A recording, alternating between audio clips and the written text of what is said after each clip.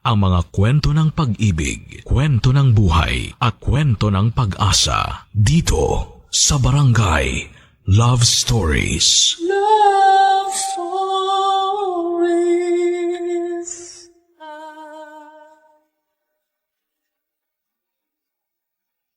Ang paninindigan ay hindi para sa mga baluktot na gawain. Mas dapat itong ipakita sa mga laban para sa ikabubuti ng iba at hindi sa mga bagay na makakasakit sa kanila. Ikaw, kabarangay, sa anong sitwasyon mo naranasan ang matinding paninindigan? Dear Papa Dudut, isang mapagpalang araw po sa iyo at sa lahat ng mga nakikinig sa inyong programa. Sumulat po ako sa inyo dahil na-inspire ako sa mga kwentong napakinggan ko sa YouTube channel ninyo, sa Barangay LS. Nung una ay nagdalawang isip ako na ibahagi yung kwento ko dahil alam ko po na maaari akong mahusgahan ng ibang tao, pero ngayon po na sinusulat ko ito ay tanggap ko na ang lahat at handa na ako para dito. Itago niyo na lamang po ako sa pangalang Laarni, 30 years old nang mangyari ang kwento at taga Davao City. Pangalawa ko sa magkakapatid. 4 po kami at lalaki yung panganay sa amin. Maayos naman po ang buhay namin, hindi po kami nakaranas na mawala ng ulam o maubusan ng bigas. Dating barangay captain ang tatay ko, pero dahil matagal-tagal na rin naman siya sa serbisyo ay nagpasya na siyang magpahinga na sa politika. Kilala siya sa pagiging mabait pero istrikto, kaya ginagalang pa rin siya sa amin kahit na wala na siya sa serbisyo. Kahit sa loob ng bahay ay ganon din siya, Papa Dudut. Isa siyang mabuti at ulirang ama. Isang salita niya lang ay tumitiklop na kaming lahat. Iba kasi siya kung magdisiplina. Kabaligtaran naman niya ang nanay ko na sumama na sa ibang lalaki at tuluyan ang nawala ng pakialam sa amin. 3 taon na ako nagtatrabaho bilang room service manager sa isang hotel. Mahihain ako noon pero nasanay naman akong makisama at humarap sa mga tao noong nag-aaral pa ako sa kursong hospitality management. Masasabi ko rin po na maswerte ako dahil hindi ako katulad ng ibang anak na obligadong suportahan ang pamilya. Yung main reason kung bakit ako nagtrabaho ay para hindi na ako umasa pa kay Papa. Hindi na namin siya kailangan bigyan ng pera dahil malaki ang kinikita niya sa sarili niyang grocery store sa palengke. Bukod pa roon ay meron siyang 2 bakery. Noong mag-25 na ako ay pinayagan na ako ni Papa na bumukod na. Sa tulong ni Papa at ng panganay kong kapatid na isang dermatologist, ay nagkaroon ako ng sarili kong condo unit. Sa madaling salita ay maayos naman ang buhay ko. Maliban lang sa love life. Papa Dudut, marami na po akong naging boyfriend pero ni isa po sa kanila ay walang tumagal.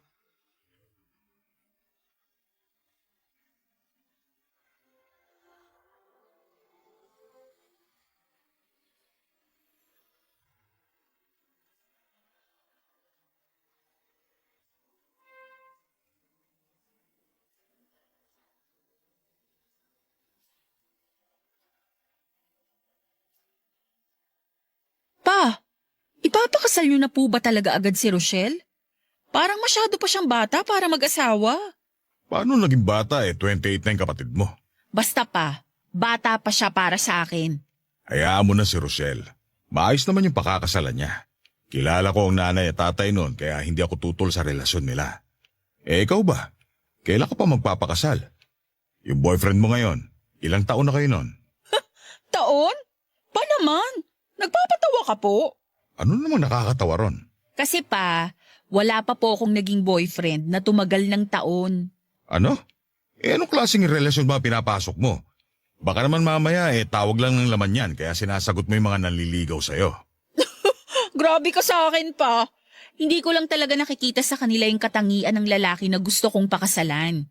Yung mga nagiging boyfriend ko naman kasi, magaling lang sa simula, tapos pag tumagal-tagal na, nagiging immature na. Nakakairita yun sobra. Kasalanan mo yan. Sinagot mo eh. Kung kinilala mo muna sana na mabuti, di matagal ka nang nakakita na matino. Paano po kung magpabuntis na lang ako? Yan ang huwag mong gagawin. Pinalaki ko kayo ng maayos, kaya ayoko magkaroon ng anak na disgrasyada. Pa, nagbibiro lang po ako. Ikaw naman no, galit ka kaagad eh. Biro man o hindi yun nakakatuwa, Arnie. Kaya ngayon pa lang sinasabi ko na sa'yo, umayos ka. Ayoko mabalitaan na nabuntis ka na lang ng kung sino, tapos hindi ka pinanagutan.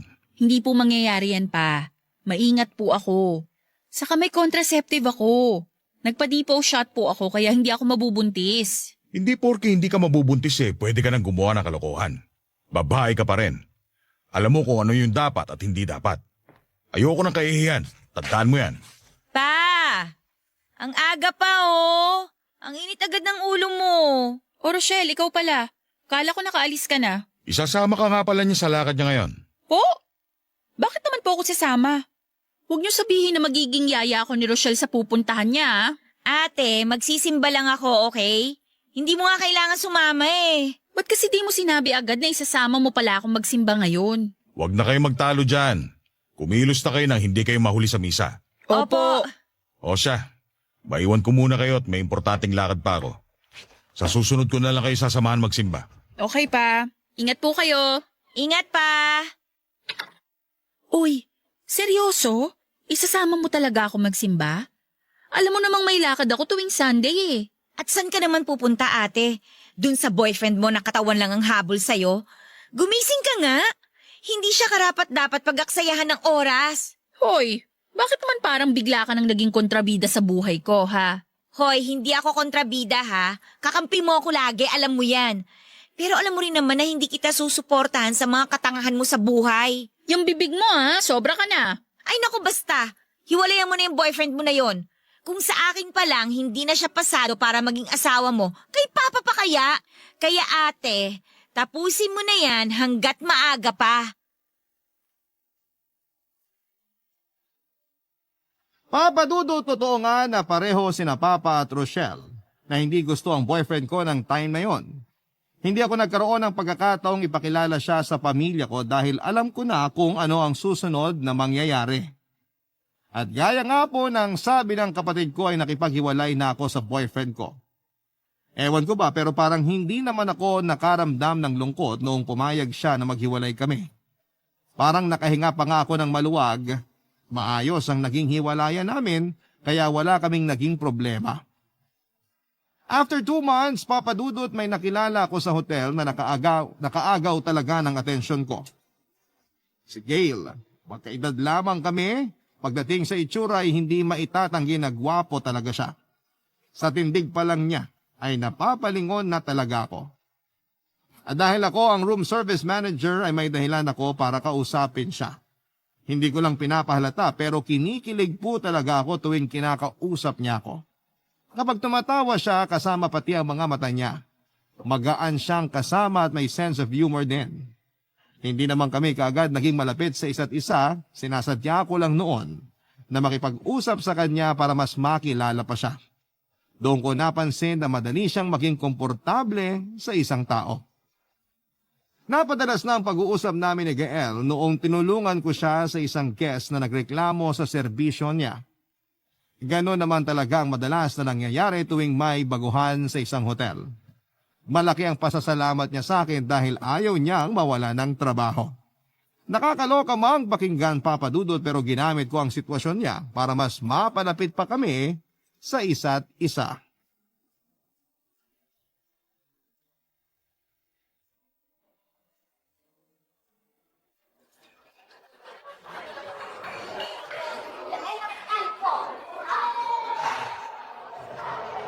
Uy, ikaw nag-invite sa akin dito sa fast food kaya libre mo to ha? Walang problema, ma'am. Sagot ko na to. Biro lang? Ito naman, napakaseryoso mo. Naku, ma'am. Di po to biro para sa akin. Hayaan niyo na po ako na gawin to para makabawi naman ako kahit sa simpleng paraan lang. Sus, makapagsalita ka naman parang napakalaki ng utang na loob mo sa akin. Malaki naman po talaga, ma'am. Kung di po dahil sa'yo, baka nawala na ako ng trabaho. Naku, ayos lang yun. Maliit na bagay. Tsaka yun yung first time na tumulong ako sa kagaya mo, no? Kaya hayaan mo na yun, okay? Yun po kung papayag kang sagot ko na lang tong pagkain natin. Sige na nga. Baka hindi ka pa makatulog niyan eh. Saka wag mo na rin akong tawagin ng ma'am kapag wala tayo sa trabaho. Gusto ko maging komportable ka sa akin. Kausapin mo ako na parang kaibigan mo lang. Parang nakakahiya naman po yun. Isa pa yung po na yan. Feeling ko tuloy ang tanda-tanda ko na same age lang naman tayo. Sige na nga, hindi na ako magpo-pause sa'yo. Yan, ganyan dapat. Nga pala, hindi ka nagkukwento tungkol sa pamilya mo ah. Sa kanila ka ba nakatira? Hindi. 5 years ago na nung bumukod ako sa kanila. So mag-isa ka na lang ngayon? Actually, may anak na ako. Ha? Totoo yun. May live-in partner na ako tsaka may anak na rin. Sila yung dahilan kung bakit nakabukod na ako sa mga magulang ko. Ah, okay. Akala ko kasi binata ka pa. May sarili ka na palang pamilya. Hindi mo naman kasi nabanggit eh. Hindi ko lang po talaga ipinagsasabi yun. Bakit? Kinakahiya mo ba yung partner mo? Ha? Hindi sa ganun. Ano lang kasi, hindi ko naman talaga siya mahal. Nabuntis ko siya kaya pinananagutan ko yung bata. Talaga? Paano yun? Magkasama kayo sa bahay. Medyo mahirap nga yung sitwasyon namin kasi kailangan naming ipakita sa bata na okay kami. Ilang taon na ba yung anak mo? 4 years old. Ah, malaki na rin pala. Oo, minsan nga gusto ko naman ligaw ng ibang babae. Pero sino namang maniniwala sa akin, di ba? Ako, naniniwala ako sa mga sinabi mo. Ay, sa totoo lang, nakaka-impress ka nga eh. Kasi pwede mo namang takasan na lang yung responsibilidad mo bilang ama ng bata. Pero hindi mo ginawa. Ibig sabihin, mabuti ka pa ring tao. Deserve mo ng girlfriend na magpapasaya sa'yo. Yun na nga yung problema eh. Walang nagkakamali sa akin. Sus, akala mo lang yun. Malay mo, one of these days, magkaroon ka na. Basta, huwag mo lang pangunahan ang pagiging nega mo. Ikaw, pwede ba kitang tanungin tungkol sa personal mong buhay? Oo naman. Nagkwento ka ng bagay na hindi mo pinapaalam sa iba, pero sinabi mo sa akin. Kaya para fair, sasagutin ko rin yung mga itatanong mo. Sige. May boyfriend ka ba ngayon? Wala na. Wala na, so kagagaling mo lang sa breakup? Ganun na nga. Kamusta ka ngayong kakabreak nyo lang? Okay ka lang ba? Bakit naman hindi? Pareho naman namin ginusto na maghiwalay na. Wala eh. Hindi talaga nag-work yung relationship na meron kami. Malungkot din pala love life mo. So paano yan? Nakikipag-date ka na ba ulit? Hindi pa. Di ko type yung mga pumoporma sa akin eh. Saka yung iba naman kasi, pamilyado na. Ayoko naman maging kabit, no? Paano naman kung kagaya sa sitwasyon ko? Yung hindi naman kasal? Kasal man o hindi, basta nakipagrelasyon ka sa may kinakasama at anak na, kabit pa rin yung tingin sa'yo ng ibang tao. Papadudot napansin ko ang pananahimik ni Gael matapos kong sabihin yon.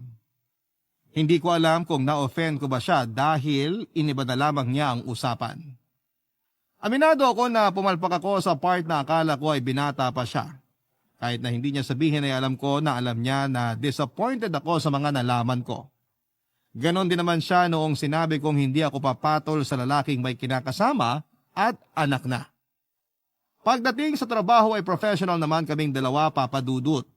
Hindi kami nag-uusap pero kapag out na namin ay madalas kaming nagkakayayaang kumain o di kaya naman ay uminom. Doon lumalabas ang natural na kakulitan niya. Masaya siyang kasama, papadudot. Hindi ako nabobore kapag siya ang kausap at kasama ko pero kahit madalas kaming nagkakasama ay hindi namin binigyan ng kakaibang meaning yon. Para sa amin kasi ay magkaibigan lamang kaming dalawa. May mga pagkakataon na nagkikwento si Gael tungkol sa kinakasama niya, papadudot. Alam daw niya na nakikipagkita na rin naman ito sa ibang lalaki na kasama pa ang anak nila, kaya siguro naman daw ay may karapatan din siyang makipag-date sa ibang babae. Friendly date lang naman yung ginagawa namin. Kahit minsan ay hindi namin napag-usapan yung tungkol sa aming dalawa, kung gusto ba namin ng isa't isa o hindi. Pero yung pagkakaibigan na meron kami at akala namin ay normal lang, para sa amin ay iba na pala sa tingin ng mga katrabaho namin. Hindi ko naman sila masisisi dahil manager ako at staff si Gael. Pero papadudot sinigurado ko naman noon na labas ang trabaho sa pagkakaibigang nabuo namin. Barangay Love Stories. Barangay Love Stories. Papadudot pagdating kay Gael ay nagiging pilyo ang mga iniisip ko. Minsan, nag-daydream pa ako na kasama ko siya, magkahawak kamay kami at sweet na sweet sa isa't isa. Unang beses na nangyari yung ganun sa akin at hindi naman kasi ako nagkakaroon ng matinding interes sa isang lalaki noon. Kaya hindi ko rin maintindihan kung bakit ganun na lamang ako ka-invested kay Gael. Napapansin ko na sa bawat kilos niya, kung may magbago man sa kanya ay alam ko rin kaagad yon. Minsan kapag lumalabas kami ay naiisipan ko pang bilhan ng laruan yung anak niya. Sabi ko pa nga noon ay wag na lang niyang sabihin na sa akin yung galing dahil baka pag-awayan lang nila ng kinakasama niya. Pero sabi naman niya ay wala raw kaso yun. Masipag at maayos namang magtrabaho si Gael kaya wala akong naging problema sa kanya pagdating sa trabaho. Nakikita ko rin naman na kasundo niya ang mga nakakatrabaho niya. Kaya naman matapos ang unang 2 buwan niya sa trabaho ay nagkayaan na silang uminom. Pero nagulat ako. Nang imbitahin ako ni Gael at nag-alangan ako nung una dahil sila lang dapat yung magkakasama. Baka makasira lang ako ng bonding nila dahil mahirap nga naman kapag may kasamang boss.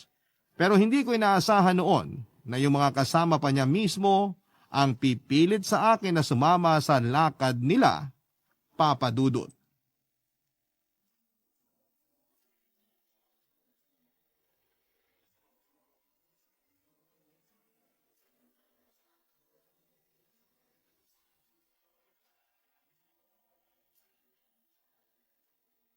Nakauwi na yung mga kasama natin. Ikaw, hindi ka pa ba uuwi? Mamaya na ako. Medyo nahihilo pa eh. Kung gusto mo, ihahatid na kita. Ha? Naku, wag na. Ay nako, baka nahihiya ka na naman sa akin ha. Huwag ka nang tumanggi. Idadaan na kita sa inyo bago ako umuwi. Medyo nakainom ka na rin kasi. At saka mahihirapan ka pang mag-commute. Ayos lang yun. Lalaki naman ako eh. Kahit na, no? Baka mamaya makatsyempo ka ng masamang loob, masaktan ka pa. Bakit parang sobra ka naman yata mag-alala sa akin, ma'am? Masama bang mag-alala bilang kaibigan mo? Hindi naman. Medyo kinikilig lang ako. Sira, bakit ka naman kikiligin? Para yun lang eh. Para sa'yo, simple lang yun. Pero iba kasi yung dating sa akin. Paanong iba?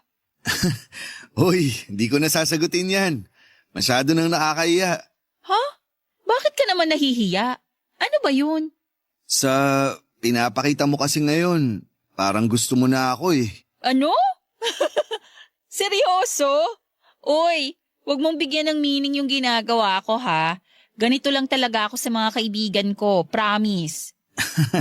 Sabi ko na eh, mapapahiya lang ako rito. Uy, sorry ha.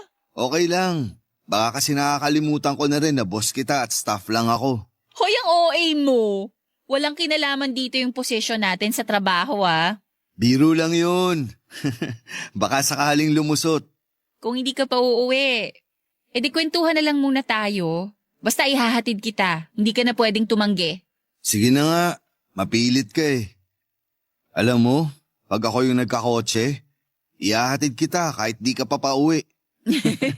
Hayaan mo, mangyayari din yan. Tignan mo nga ako oh. Hindi ko akalain na makakabili ako ng sarili kong sasakyan. Kayang-kaya mo naman bumili. May kaya naman pamilya mo. Kahit nga sila na mismo yung bumili para sa'yo eh. Saka tingnan mo, may sarili ka pang kondo. Di ka pwede mag-boyfriend ng mahirap. Yan yung problema ko dati pa. Yung ibang lalaki na nagugustuhan ko, sila naman yung ayaw sa akin. Alam mo kung bakit? Kasi nanliliit sila kapag kasama ko. Pero alam mo, hindi naman pabonggahan ang isang relasyon eh. Kung ano lang ang kayang ibigay ng isa, okay na yun. Basta bukal sa kalooban niya. Ganun talaga. Nakakapanliit para sa amin na mas maayos pa yung buhay ng babaeng nagugustuhan namin. Dapat ba mas mahirap kaming mga babae para hindi kayo manliit? Unfair naman nun. Ha? Hindi. Hindi yun ang ibig kong sabihin.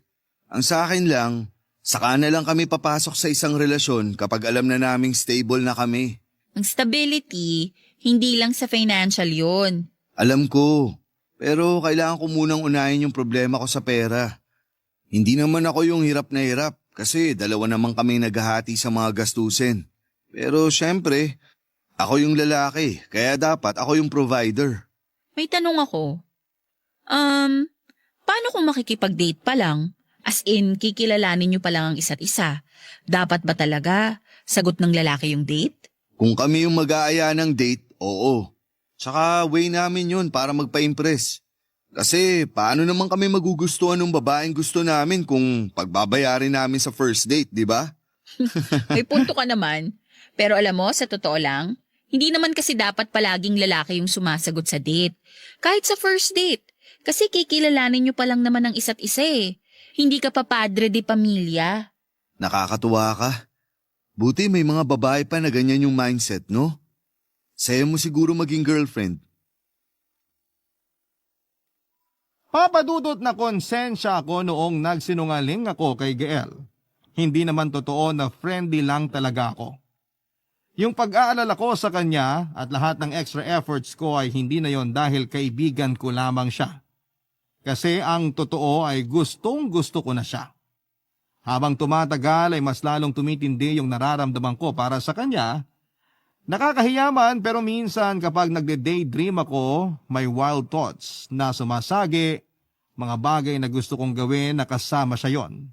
Pero tuwing naiisip ko na pamilyado na siya ay bigla akong naduduwag.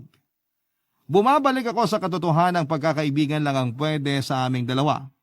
Hanggang sa may isang pangyayari na nagpasiklab sa nararamdaman namin sa isa't isa. Nagkasalubong kami ni Gael sa hallway nung biglang nagkaroon ng power interruption na umabot lang ng mahigit 1 minuto. Pero noong lumiwanag na ay nakayakap na ako sa kanya. Nakakatuwang isipin dahil gano'n yung mga eksenang napapanood ko sa pelikula. Pero mukhang pareho lang kami nang iniisip ng mga sandaling yon, papadudot.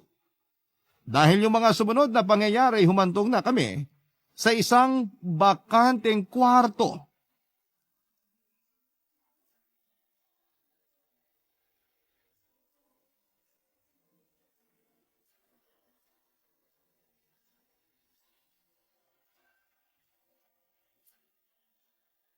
O nung nawalan ng kuryente, anong nangyari ate? Ewan ko ba? Pero parang bigla na lang may nabuhay sa amin eh. Ang wild mo talaga, no? Girl, nasasabi mo lang na wild ako kasi one-man woman ka. As in wala kang ibang nakarelasyon at pinagbigyan ng sarili mo, kundi sa fiancé mo lang. Pero no offense ate ha, hindi ko naman kasi talaga kayang gawin yung ginagawa mo. At wag mo na ring subukan kasi lagot ka kay Papa. Bakit ikaw? Hindi ka ba natatakot na malagot kay Papa? O baka naman nagtatapang-tapangan ka lang? Nagtatapang-tapangan lang. Hay nako, lumalayo lang tayo sa usapan. So ano na nga yung nangyari pagpasok niyo sa kwarto? Uy, interesado siya. Ate naman eh. Siyempre ikaw yung nandun. Tsaka sinimulan mo na rin naman magkwento eh. Mambibitin ka pa. Sige na, kwento na. Bawal sa'yo yun. Bata ka pa. Anong bata pa? Oy, 2 taon lang ang tanda mo sa akin, no? Sige na, ito na nga. Nung nasa room na kami, nagulat ako nung biglang naging aggressive si Gael. Bigla na lang niya akong hinalikan. At yun na nga, nadala na ako. At habang ginagawa namin yun, bigla na namang nagka-power interruption. Wow ha? Wala bang generator yung hotel nyo? Meron syempre. Pero tinuloy pa rin namin. Kainitan na eh. Nagkakuryente rin naman agad. Grabe ha? Parang yung power interruption pa mismo yung gumawa ng paraan para may mangyari sa inyo nung Gael na yon. Ay nako, pero ate, sigurado ka na ba sa kanya? Gusto ko siya. Gustong gusto. Pero nandun pa rin yung pag-aalangan. Sabi ko nga 'di ba, may live-in partner na siya. Kahit hindi pa sila kasal, nagsasama pa rin sila sa iisang bubong. At may anak pa. So anong gagawin ko? Ayoko naman maging kabit, no? Ayaw maging kabit, pero may nangyari na sa inyo. Anong tawag tawag mo doon? Malanding ugnayan, ganun? Hanggat wala kaming relasyon, hindi ako kabit. Ang labo mo, ate. Alam mo, ako na talaga yung natatakot para sa'yo. Bukod sa matinding sermon na nga abutin mo kay Papa, natatakot din ako na baka mamaya niloloko ka lang pala nung lalaking yun. What if sinabi lang niya na hindi niya mahal yung live-in partner niya, tapos ang totoo, happy family naman pala talaga sila? Hindi, naniniwala ako kay Gael. Teka nga, bakit parang ayaw mo ako magka-boyfriend? Kasi hindi siya yung tamang lalaki para sa'yo. Subukan mo rin kaya imulat sa mga mata mo para makita mo. Alam mo, wag mo nga ako igaya sa'yo. Nakontento ka na lang dyan sa nakakabore mong buhay. Ay wow, boring na pala yung pagpapakatino ngayon. Well, at least ako, wala akong sisiraing pamilya pag nagkataon. Kontento na ako sa fiancé ko at sigurado na kami sa isa't isa. O edi ikaw na. Sana lahat masaya, di ba?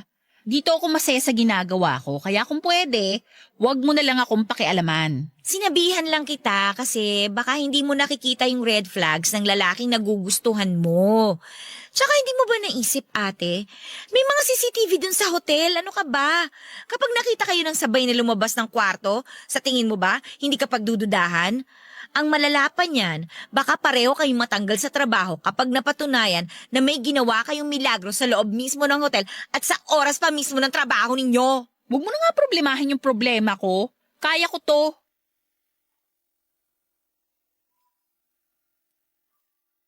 Papa Dudut, hindi ko pinansin ang sinabi ng kapatid kong si Rochelle. Hindi ko inisip na posible nga akong matanggal sa trabaho. Ang mahalaga na lang sa akin noon ay masaya ako sa ginagawa ko. Nagtuloy-tuloy yung namamagitan sa amin ni Gael pagkatapos noong nangyari.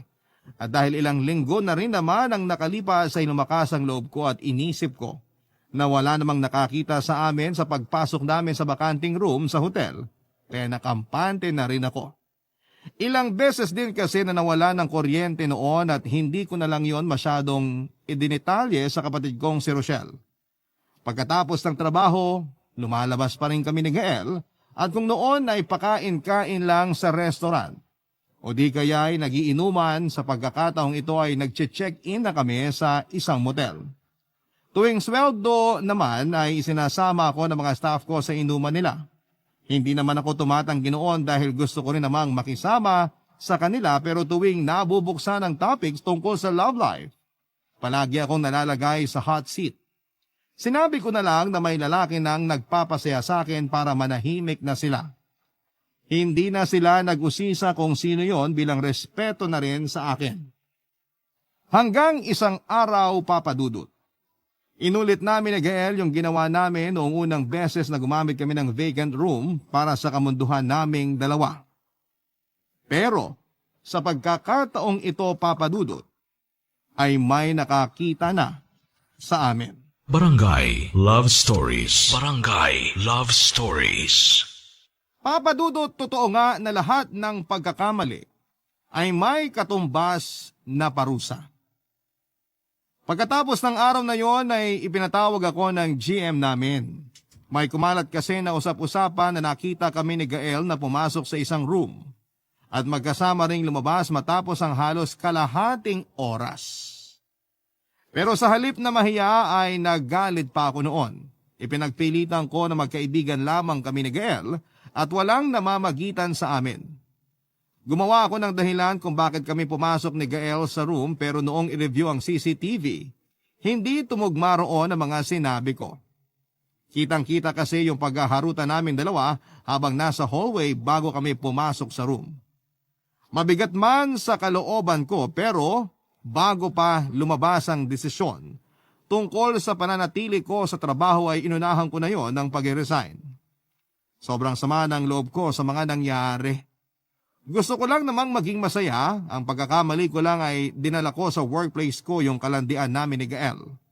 Natanggal siya sa trabaho gaya ng inaasahan ko, kaya naman hindi ko alam kung paano ko siya haharapin noon. Papa Dudut, inilihim ko sa tatay ko ang mga nangyari pero kahit na anong gawin kong pagtatago ay nalaman pa rin niya yon, Papa Dudut.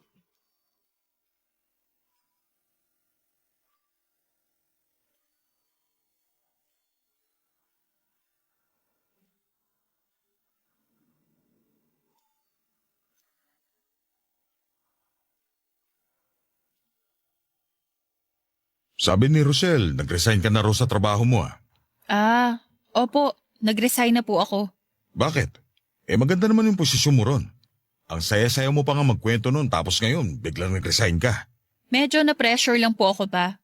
Na-pressure? At paano ka naman na-pressure? Basta po, nahihirapan na ako doon kaya maghahanap na lang ako ng ibang malilipatan.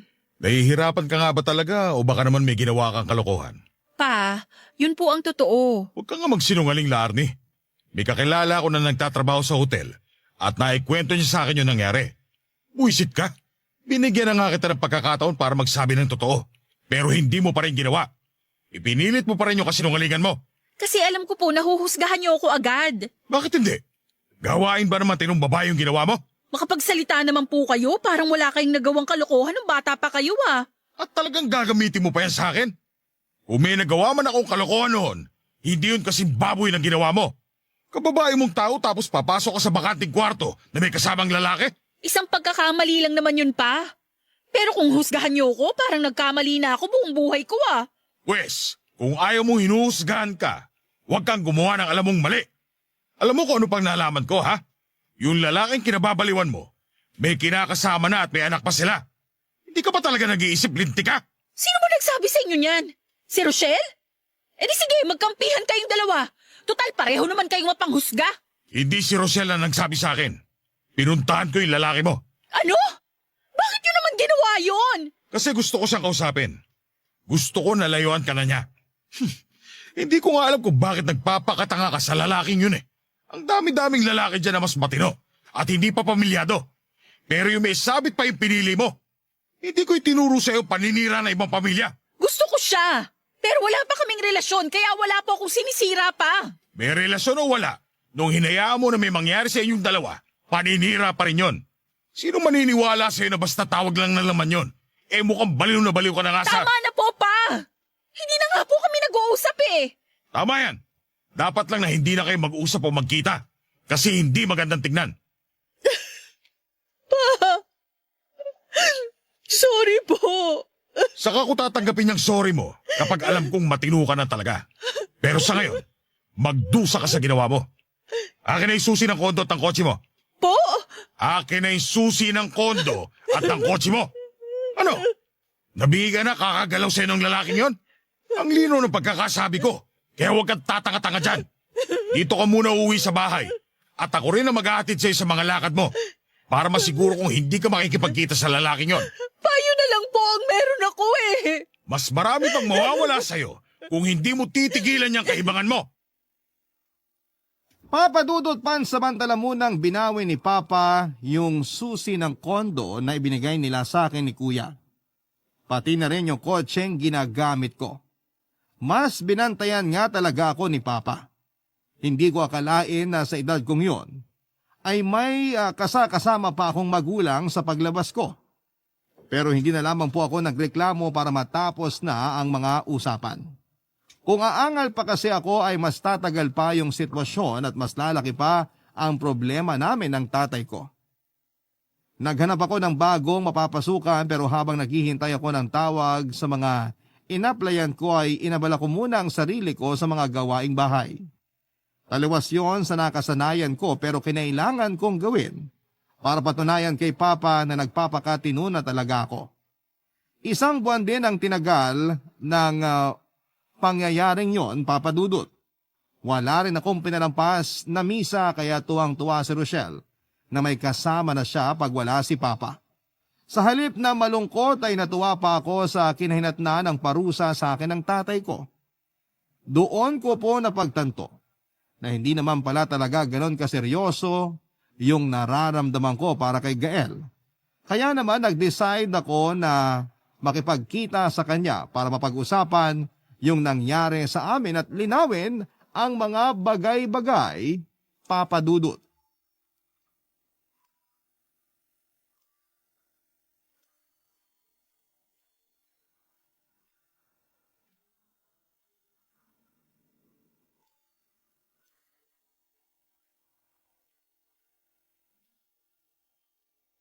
Buti hindi ka nahirapang hanapin tong unit ko. Hindi naman yun kasing hirap ng inaakala mo. Ano pa bang kailangan natin pag-usapan? Pwede namang i-chat mo na lang. Galit ka ba sa akin? Sino namang matutuwa sa ginawa mo? Natanggal na nga tayo sa trabaho tapos iniwan mo pa ako. Ba't naman ganun? Labo mo eh. Nawalan ako ng gana, okay? Yun yung totoo. Kasi hindi ko na rin alam yung gagawin ko nung time na yon. Sana kinausap mo ako. Kung kinausap kita noon, itatakwil ako ng tatay ko. Ganun ka kaduwag? Hindi ako duwag. Pinipili ko lang yung mga dapat kong tayaan. So hindi ako kataya-taya para sa'yo. May anak ka na dapat mong unahin, Gael. Eh ano kung may anak ako? At kasama mo pa rin yung nanay ng anak mo. Hindi mo ba talaga naiintindihan na kahit saan tignan, ako yung magmumukhang masama. Ako yung magmumukhang kontrabida. Kaya ba kinausap ako ng tatay mo? Kinailangan pa talaga na siya yung lumapit sa akin kasi naduduwag ka. Kaya nga nandito ka ngayon, di ba? Kasi gusto ko nang tapusin yung meron tayo. Anong tatapusin? Eh wala ngang tayo. Ayaw mo ang bigyan ng pagkakataon yung pinagsamahan natin tapos ikaw pa yung may lakas ng loob na sabihing tapusin na natin to? Nakakaloko ka naman yata. Ako nga dapat yung unang susuko eh. Hindi kita pinapunta rito para makipagtalo sa'yo. Gusto kong maayos natin yung hindi natin pagkakaunawaan. Paano nga maayos kung ayaw mong panindigan yung nangyari sa atin? Wala dapat relasyon na mabuo. Yung nangyari sa atin, sige, sabihin mo ng pareho nating ginusto yon. Pero hindi naman porke nakuha mo na ako, tayo na. Parang yun kasi yung gusto mong mangyari. Oo, ganun nga yung gusto ko. Pero ayaw mo.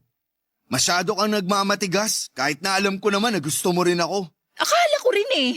Anong ibig mong sabihin? Akala ko gusto kita. Pero nung hindi na tayo nag-uusap, mabilis lang nagbago yon. Kaya na-realize ko na hindi pa naman pala talaga ganun kaseryoso yung nararamdaman ko sa'yo. Malandi ka pala eh. Hayop na katwiran yan. Unang-una pa lang, hindi ka na dapat nagpakita ng motibo. Hindi naman ako naglihim sa'yo, di ba? Sinabi ko na may kinakasama na ako at may anak na kami. Naging totoo ako sa'yo, La Arnie. Tapos ikaw, wala lang. Di ka pala seryoso. Ano yun? Nagtikiman lang tayo, ganon? Huwag kang umarte na parang bago pa to sa'yo. Kaya ka nga nagkaanak, di ba? Kasi lumandi ka rin. Mas malala ka pa nga kasi nagkaanak ka eh. Ako, hindi. Eh di ikaw na. Galing mo pala eh. Ganito ba yung klase ng relasyon na gusto mo? Yung lagi tayong nag-aaway? Kaya nga hindi ko na ipinilit yung sa atin eh. Kasi alam ko na hindi rin naman mag-work. Lalo na kung ganyan yung ugali mo. Mas lalong hindi ko tatagalan yung ugali mo. Sana pala hindi na lang tayo nag-usap. Wala rin naman palang patutunguhan to. Sana nga talaga hindi na lang ako pumunta.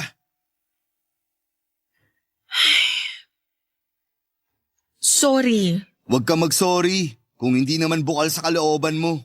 Sorry na nga. Pasensya na sa mga nasabi ko. Gusto ko lang talagang linawin na walang pag-asa na maging tayo. Nagkasala na tayo ng maraming beses. Kaya wag na nating dagdagan pa yon. Papadudot mahaba pa yung naging usapan namin ni Gael bago kami tuluyang nagkasundo. Napagkasundoan namin na hindi na namin ipipilit pa kung anuman ang namagitan sa aming dalawa. Kahit saan kasi tingnan ay mali talaga yon. Natuwa naman si Papa nang malaman niya yung ginawa ko. Sinuportahan niya ako sa desisyon ko. Laking pasasalamat ko naman dahil sa kabila ng edad ko ay hindi pa rin ako pinabayaan ng tatay ko. Medyo nahirapan kasi ako na makahanap ng trabaho kaya ginamit na niya ang koneksyon niya sa mga kakilala niya. Pero kahit may backer, pinatunayan ko naman na karapat-dapat ako sa trabahong napasukan ko. Sa ngayon, Papa Dudut, ay happily married na po ako at may isang anak na rin, isang chef sa restaurant yung napangasawa ko. Mabait siya at maprinsipyo tulad ni Papa. Si Gael naman ay pinakasalan na rin niya yung kinakasama niya para sa anak nila. Hindi na kami nagkikita at hindi na rin nagkakausap. Sa katunayan ay nauna pa siyang kinasal kesa sa akin. Nabalitaan ko na lang yon sa dati naming katrabaho sa hotel na kasama namin ni Gael ngayon sa bagong workplace niya. Pero bukod doon ay wala kaming naging kahit na anong connection pa. Hanggang dito na lamang po, Papa Dudut, ang aking kwento at maraming salamat po sa mga bumubuo ng Barangay LS. Pagpalain na po kayo. Ang inyong forever kapuso at kabarangay, La Arnie. Nagustuhan ng iyong napakinggan? Ituloy yan via live stream sa www.gmanetwork.com/radio. Barangay LS 97.1 forever.